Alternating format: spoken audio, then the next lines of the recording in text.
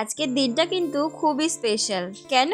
আরে বাবা বলছি, তার আগে চলো আমি রেডি হয়ে নিই, ড্রেসটা চেঞ্জ করে নিই। আচ্ছা বলো তো এর মধ্যে কোন ড্রেসটা পরি, এটা পরবো না এটা পরবো? কোথাও বেরোনোর সময় আমি খুব কনফিউজড হয়ে যাই কোন ড্রেসটা পরবো কোনটা না। তো অনেক ভাবনা চিন্তা করার পরে ভাবলাম যে না, আজকে সাদাটাই পরি, অন্য কোনো দিন ওই ড্রেসটা পরবো।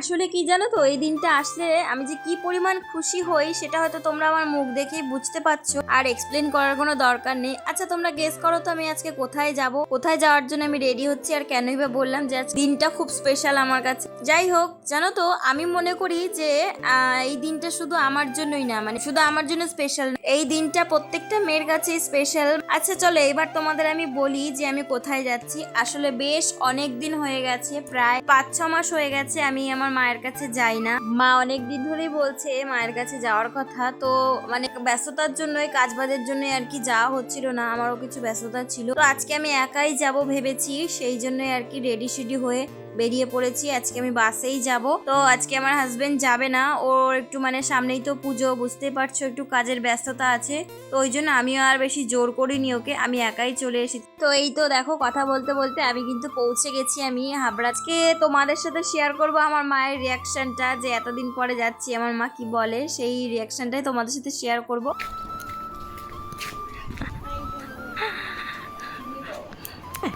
তুই তো বললি না যে আসবি। তোমাকে সারপ্রাইজ দিলাম।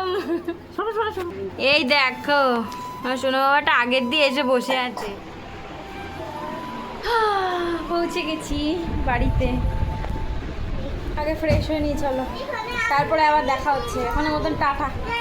তো বাড়িতে এসেই দেখো একদম ঠান্ডা ঠান্ডা মাজা দিয়ে দিচ্ছে মা, আর কি ঘরে ছিল ফ্রিজে, তো সেটাই গরমের মধ্যে যেতে এসছি, তো সেই জন্য মাজা দিল, একটু মাজা খেয়ে নিলাম। আর এখানে দেখো বাবানকেও দিয়েছি, বাবান বলছে এটা ভীষণ ঠান্ডা, ও আর কি ঠান্ডা খেতে পারে না, সেই জন্যই ও বলছে ভীষণ ঠান্ডা। তো প্রথমে মাজা খেলাম, তারপরে আর কি দুপুরের লাঞ্চটা আমি করে নিয়েছি। তো মা আজকে রান্না করেছিল ডাল, শাপলা ভাজা, মাছের তেল দিয়ে ইলিশ মাছের, আর ইলিশ মাছের তাহলে আজকের ভিডিওটা এতটুকুই। ভালো লাগলে লাইক কমেন্ট শেয়ার করো, আর কেমন হয়েছে